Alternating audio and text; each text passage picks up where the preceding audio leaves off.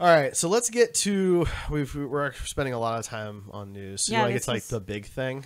We have to talk about it. So just about 4 hours ago, maybe 5, we learned that Sony and Disney have broken their deal. They are no longer going to be sharing Spider-Man in the MCU. Don't frame it like that. No one broke anything.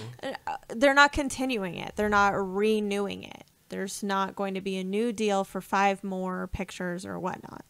There are also a couple of different stories going on right now. One of them says that they're still negotiating. Yep. Somebody, Joe Blow or somebody, reached out to Sony. I think it was IO9. IO9, and they said that Sony said that negotiations are ongoing.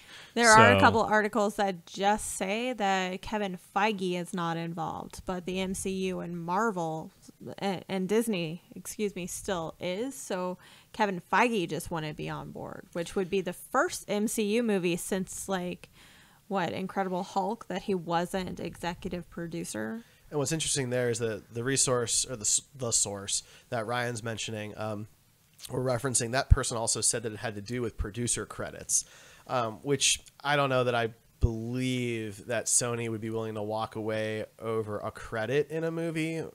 Well, that seems like something worth still sitting at the table to talk about. I have a feeling they just really don't like Feige. I mean, that may be what it is. Yeah. There's some lines in the articles that I've been reading today that reference the fact that Feige wants control over any Spider movie that Sony does, and producer credit on any Spider movie that Sony does. That would include Venom or Into the Spider-Verse. And there's reports of the uncredited work that he did on other Spider projects, whatever, and they're all untitled or whatever. And it just, I don't know, it just seems kind of sketchy. But the reason I don't want people using the word like an agreement was broken or somebody killed a deal. This was a contract. The contract was fulfilled. So the contract is over. So this is no different than if you have your contract with your cell phone provider and then your contract is up, you can then go do something else, right? Without breaking that contract. And you're right. Phrasing is important because people are really slamming Sony for this. And I think that without knowing the full details of these deals, we can't have a complete opinion about what is fair or not fair. But I think it is also, I do think it is unfair to say a deal was broken or killed when there is no deal to break or kill. So instead of let's discussing this, because all three of us are on the exact same page, let's break down the facts for everybody, because the three of us have essentially done our research slightly more than the average internet troll, apparently. Twitter troll, apparently. Okay, My first negative interaction on Twitter today. 2019. Welcome aboard, buddy. Yeah, I know. I've been pretty positive before this. Okay, so the original deal was for the Spider-Man character only to appear in 5 MCU movies. Far From Home was it. That was number 5. There were reports that like if that made $1 billion and there would be one more movie, so I'm not sure whatever happened with that. Because didn't it make... It did. It did. It crossed it. Of course, again, we don't know the exact details of that contract. It could have been something very specific about the time frame at which it would make $1 billion. It is being re-released on August 29th with 4 extra minutes, but it's already broken $1 billion, so that's not relevant. Yeah, it's not doing it. It's more cash, but it's not doing it because of needing to cross that $1 billion mark. Because that could be sketchy, but that isn't the case here. The original contract also agreed to let Tom Holland play Spider-Man in an MCU movie and a Sony movie. So with this contract being over, Tom Holland could still appear in films in Sony Studios. If no new contract is reached, he's still able to continue. He may be out of a job because sometimes that's how contracts work, but he may not be. He could still be used. What else do we know? Oh, the original contract was for a few side characters only. Things like Ned and MJ, not Mary Jane, not Harry Osborn, and not a lot of the villains Aunt May either. probably was part of that. Aunt May was part of it. the mention of Uncle Ben, but he was not allowed to be cast. That's why we did Which not. is fine. Right. I've seen him die too many times. But that's why we didn't see him die a third time already. So it also makes me, this whole thing makes me worry a little bit that like we'll never get to see Michael Keaton back. yeah. You know? Well, so it raises some interesting questions. Like, right? is Vulture controlled by Sony or Marvel So Studios? if we assume for a moment that this deal is done, that they're not moving forward, because I mean, anything could be negotiated tomorrow, right? But if we assume that this is the end of the road for this partnership, what does Sony continue the rights for? What does Marvel continue the rights for? Can Marvel bring back Mysterio or J. Jonah Jameson or the Vulture, right? Like, I don't know, and I don't know what Sony can use. We do know that Sony can use Tom Holland as Spider-Man, so we could see him in his own movie under In Sony, Venom too. in Venom, something in the Spider-Verse if they wanted to do some crazy crossover stuff. But you know, we know bits and pieces about why some of these conversations may have broken down. Some of the reports are saying that Disney wanted a 50-50 co-financing deal, which included anything Spider related, which I mentioned earlier. And also that would lead to 50% of the profits, right, as well. And to those who don't know, and Ryan mentioned this to me earlier today, and it's important to bring up again, is that Disney gets 100% of the merchandising rights. So that means that they don't just make money off of MCU Spider-Man toys and merch. They are also making money off of Venom and Into the Spider-Verse. Right. Like, even their movie posters that are being printed and then sold, Sony is not seeing. So Marvel and Disney aren't involved in Venom or Into the Spider-Verse at all, but they still are reaping all the profit from toys and clothes. Which is, Star Wars proved that it was the biggest moneymaker relating to a movie. Movies are not as profitable as toys. Absolutely. And toys and merchandise. And this was the case prior to this original contract, and this would be the case when this contract either is renewed or not renewed, right? So at the end of the day, Disney stands to still make a fortune off of the character of Spider-Man. Yes. So I think it's important just to kind of keep that in mind. But in the new negotiations, rumors have it, or articles are reporting, that Disney wasn't going to let up off that. So they were going to end up making 50% of the profits on movies they were not a part of, and 100% of profits on merchandising as well. So in the end, Disney sounds like they were trying to bully Sony out of even more money.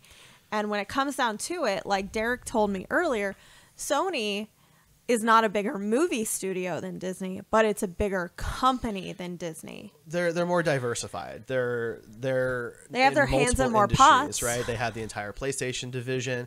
They have their technology division, which includes televisions. They own Blu-ray is Sony. Don't they make like musical instruments? They do. Yeah. Yeah. So I mean, there's a lot to their business that's much more complicated than your average movie studio, right, or production company. Right, because Fox isn't like this. Fox is just media content. This is not the same argument.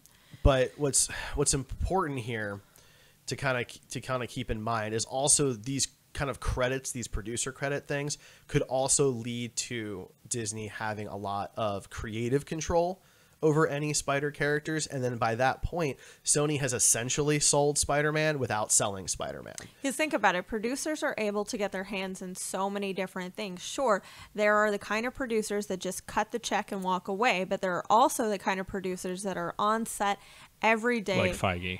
Right. Critical control over everything from, script writing to hiring and firing and production. And Sony has made it clear that Spider-Man is not for sale. And so if the deal is that they're going to start losing creative control and they can't make their own movies without having Disney's fingers all over it, they're not going to take that deal. And I think that that's a fair thing for them to think for characters that they rightfully own, that they purchased clean and clear without any shady operations. They just bought those characters. So Sony, if they're renegotiating, you can bet that Sony is going to try and get a bit more.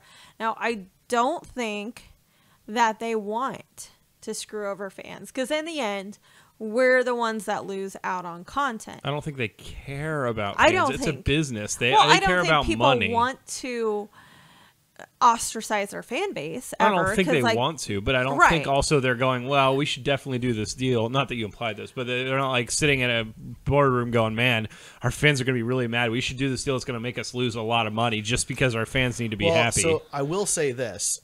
Now, this is just from my perspective, how I'm inferring things. It feels like Disney's trying to make that happen, though. Yep. Because if you look at the way the Spider-Man character's been handled, they didn't just bring Spider-Man into the MCU. They made Spider-Man basically the most important character ending Phase 3. Post-Endgame, it's Spider-Man. So what they did is they went and said, we have one movie left for this character. Let's make him let's make him the linchpin of Phase 4. And then the contract is up.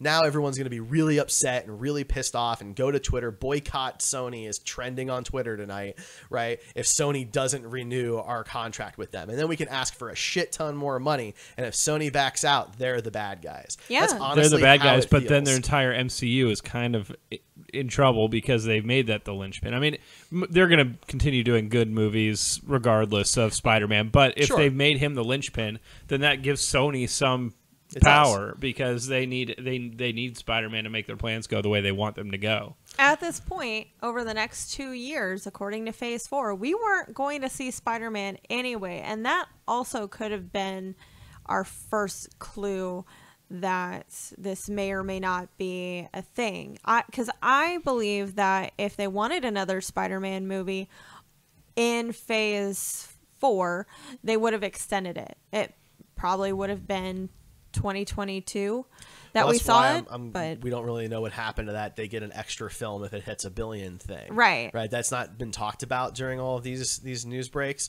It's almost like that never happened, even though it was big news when it happened. Yeah. So I don't know. Maybe there is still going to be another one, and we don't. This means after that.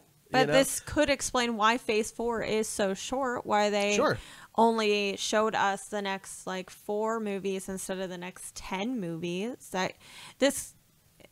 They could have known about this for a lot longer than what we've known about this. But this was always a possible outcome from the beginning. It was probably a plan. Yeah. Disney this was is the full of smart likeliest people. outcome the entire time is that the contract would not be renewed. And if there's no news about them reaching an agreement, you can bet at D23 there's going to be some guilt bombs dropped, on the fans about Sony by Disney. Yeah. Kevin Feige will come out and say, I wish we could have reached a deal because we had so many great plans for the character. And then all the Spidey fans are going to pop up their boners and get their torches and start chasing down Sony. Which is completely unfair. Look, you can be mad at Amazing Spider-Man 2 and Spider-Man 3 all you want. You can.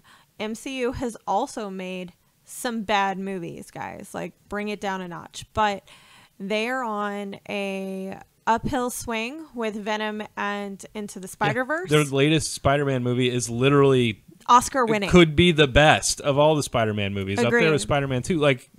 That's their most recent one. Venom was debatable, but it made a lot of money. It made a ton of money, and they're already making a sequel with Andy Serkis directing, which is a big freaking deal. That's huge. And they could use Tom Holland now if there is no second contract with Marvel. Yeah. So that would be a fantastic move because Tom Holland and Tom Hardy are both fantastic actors who could probably act the shit out of it together. They'd have a lot of fun, I bet. I think it would be a really fun movie to watch.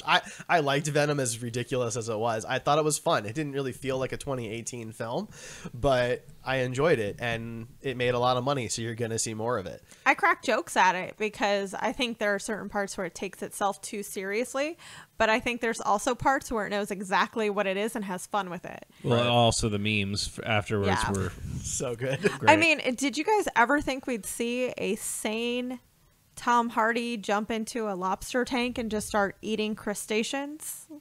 His character wasn't I kind of dreamed about that. I kind of though. wanted that to happen in my wildest dreams, but it's in Ryan's dream if journal. If Nicolas Cage played Cletus Cassidy, then I would be in.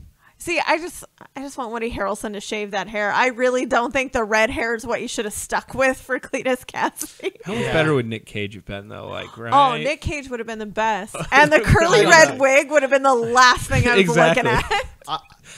Nicolas Cage would have been great, but I think Woody Harrelson's sure he's going to kill be it. great I love Woody too. Harrelson, but, so I don't want to belittle that. Because I mean he's done. Some I just great. think that Cage has the crazy thing down. Cage has the crazy psychopath. thing down. He can do. I mean, it's right in his wheelhouse. I think if you were to take his characters from War for the Planet of the Apes and Zombieland and kind of throw them together a little bit, but make him like truly evil, I think that's what you got right there.